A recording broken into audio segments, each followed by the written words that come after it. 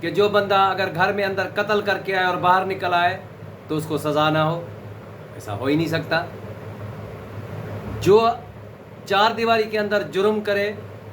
اور باہر آ کے کہے کہ میں نے کوئی جرم نہیں کیا، اور اس نے جرم بھی کیا ہے، پتہ بھی چل جائے کہ اس نے جرم کیا، اس کو سزا نہ ملے، تو یہ کیسی جو ہے یہ کیسے الفاظ ہیں؟ کیا مسلمانوں کے جذبات سے کھیلا نہیں جا رہا؟ جو پاکستانی عدالتیں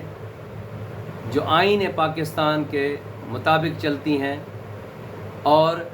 جو پاکستان بنا وہ لا الہ الا اللہ محمد رسول اللہ صلی اللہ علیہ وآلہ وسلم کے ناموں سے بنا اور اسلامی جمہوریہ پاکستان کہا گیا، پھر اس قسم کے فیصلے جس میں یہ چیزیں ہوں گی تو پھر کہاں ہم اسلام میں کھڑے ہیں؟ پہلے تو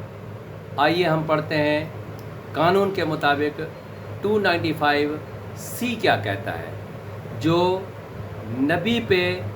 دوسرا نبی کے لیے کہے، چاہے وہ کوئی بھی نبی ہو، حضرت عیسیٰ علیہ السلام ہو، حضرت موسیٰ علیہ السلام ہو، 1,24,000 پیغمبر ہو گئے، کسی بھی کے اوپر کوئی دعویٰ کرے تو ان کے اوپر 295C لاگو ہوتی ہے۔ اب وہ کیا کہتی ہے، آئیں اس کے لیے پہلے وہ پڑھیں۔ رسول اللہ صلی اللہ علیہ وآلہ وسلم کے بابت خلاف شان استعمال کرنا یا کسی نبی کے شان کے خلاف استعمال کرنا، جو کوئی الفاظ سے خواہ منہ سے بولے جائیں یا لکھے گئے ہوں یا نظر آنے والے نمونے سے کسی اہتمام، چالاکی یا کنایا سے بالواسطہ یا بلا واسطہ مقدس پیغمبر حضرت محمد مصطفیٰ صلی اللہ علیہ وآلہ وسلم کے مرتب نام کی بے حرمتی کر کے تو اسے موت کی یا عمر قید کی سزا دی جائے، وہ جرمانے کا حقدار ہوگا۔ اب 298B اور C وہ کیا کہتا ہے؟ 298B کہتا ہے کسی شخص کا علاوہ 298B اور 298C جو ہے وہ 1984 میں یہ آرڈیننس جاری ہوا۔ کسی شخص کے علاوہ خلیفہ یا پیغمبر کے مصائب کے بطور امیر المومنین، خلیفۃ المومنین، خلیفۃ المسلمین، صحابی یا رضی اللہ تعالیٰ عنہ کے حوالے سے یا دے یا خطاب کرے، بھی کسی شخص کو کا علاوہ زوجہ پیغمبر محمد مصطفیٰ صلی اللہ علیہ وآلہ وسلم کے بطور الامیر المومنین، بطور مومنین کے حوالے دے یا خطاب کرے، کسی شخص کا علاوہ پیغمبر حضرت محمد صلی اللہ علیہ وسلم کے رکن یا بطور اہل بیت کے حوالے دے یا خطاب کرے، ڈی اپنی عبادت گاہ کا بطور مسجد کا حوالہ دے نام لے کر پکارے۔ اب یہ بتائیں تو قادیانی جو ہے وہ اپنی کون سی عبادت گاہیں کہلائیں گے؟ جب تک کہ اپنے آپ کو وہ ڈکلیئر نہیں کر رہے، ان کی کون سی عبادت گاہیں؟ پھر وہ اندر بند کمروں میں یا بند عبادت گاہوں میں کون سی عبادت لوگوں کو تبلیغ کریں گے؟ قادیانیت جماعت، لاہوری جماعت کا کوئی شخص خود کو قادیانی یا کسی دیگر نام سے موسوم کرے، جزوی، زبانی یا تحریری الفاظ سے، ظاہری حرکات سے اپنے عقیدے میں پیروی کردہ عبادت کے لیے بلانے کے لیے کسی طریقے یا شکل بطور آذان کے حوالے سے دے یا اسے طرح آذان دے جس طرح مسلمان دیتے ہیں، تو اس دونوں اقسام میں کسی قسم کی سزا دی جائے گی، جس کی مدت 3 سال ہو سکتی ہے اور جرمانے کا بھی حقدار ہوگا۔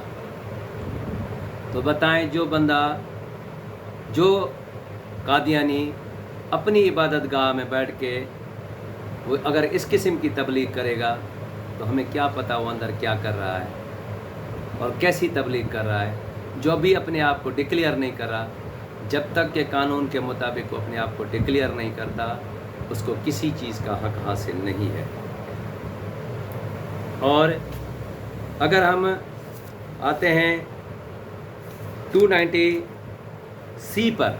قادیانی جماعت وغیرہ کے اشخاص کا خود مسلمان کہنا اپنے عقیدے کی تبلیغ یا اشاعت کرنا. یعنی قادیانی اپنے آپ کو مسلمان نہیں کہتا، وہ تو ابھی اپنے آپ کو مسلمان کہتا ہے. آپ جس قادیانی کے پاس جائیں، اس کی عبادت گاہ میں جائیں، تو ان کے الفاظ یہی ہیں، ہم مسلمان ہیں. قادیانی جماعت یا لاہوری جماعت کا کوئی شخص جو خود کو قادیانی یا کسی دیگر نام سے موسوم کرتا ہے، بالواسطہ یا بلا واسطہ خود کو مسلمان ظاہر کرتا ہے، یا اپنے عقیدہ کا بطور اسلام کا حوالہ دیتا ہے یا موسوم کرتا ہو، یا دیگران کا اپنا عقیدہ قبول کرنے کی دعوت دیتا ہو، الفاظ سے جو چاہے زبانی ہو یا تحریری یا ظاہری حرکات یا کسی طریقے سے خواہ کچھ بھی ہو، ان مسلمانوں کے مذہبی جذبات کو ٹھیس پہنچائے، اس دونوں اقسام سے کسی قسم کی سزا قید ہو سکتی ہے، جس کی مدت 3 سال ہو سکتی ہے اور سزا کا مستحق ہوگا. اب یہ بتائیں کہ یہ قانون ہم نے پاس کیا ہوا ہے، آئین میں بھی ان کو غیر مسلم قرار دے کے دیا گیا ہے، تو پھر یہ الفاظ ہم کہاں رکھیں جو کہا گیا ہے کہ تاہم اپنے گھروں، عبادت گاہوں اور اپنی نجی مخصوص اداروں کے اندر انہیں قانون کے تحت مقرر کردہ معقول قیود کے اندر گھر کی مخلوط کا حق حاصل ہے. جب وہ اپنے آپ کو غیر مسلم نہیں کہتے تو پھر ان کو کیسا حق حاصل ہے؟ اللہ تعالیٰ نے ہمارے اوپر جہاد فرض کیا ہے. اب کوئی جنگی جہاد لڑے، کوئی قلمی جہاد لڑے، کوئی عقلی جہاد لڑے، اور کوئی خاموشی سوچنے کا بھی جہاد لڑے، تو جہاد ہے. جو یہ میڈیا وار ہے، یہ بھی ایک جہاد ہے. آپ اپنے میڈیا پہ ہر مسلمان کا یہ فرض ہے، جو جہاں مسلمان بستا ہو دنیا کے کسی کونے میں، اس کے اوپر یہ فرض ہے کہ وہ اس جہاد میں حصہ لے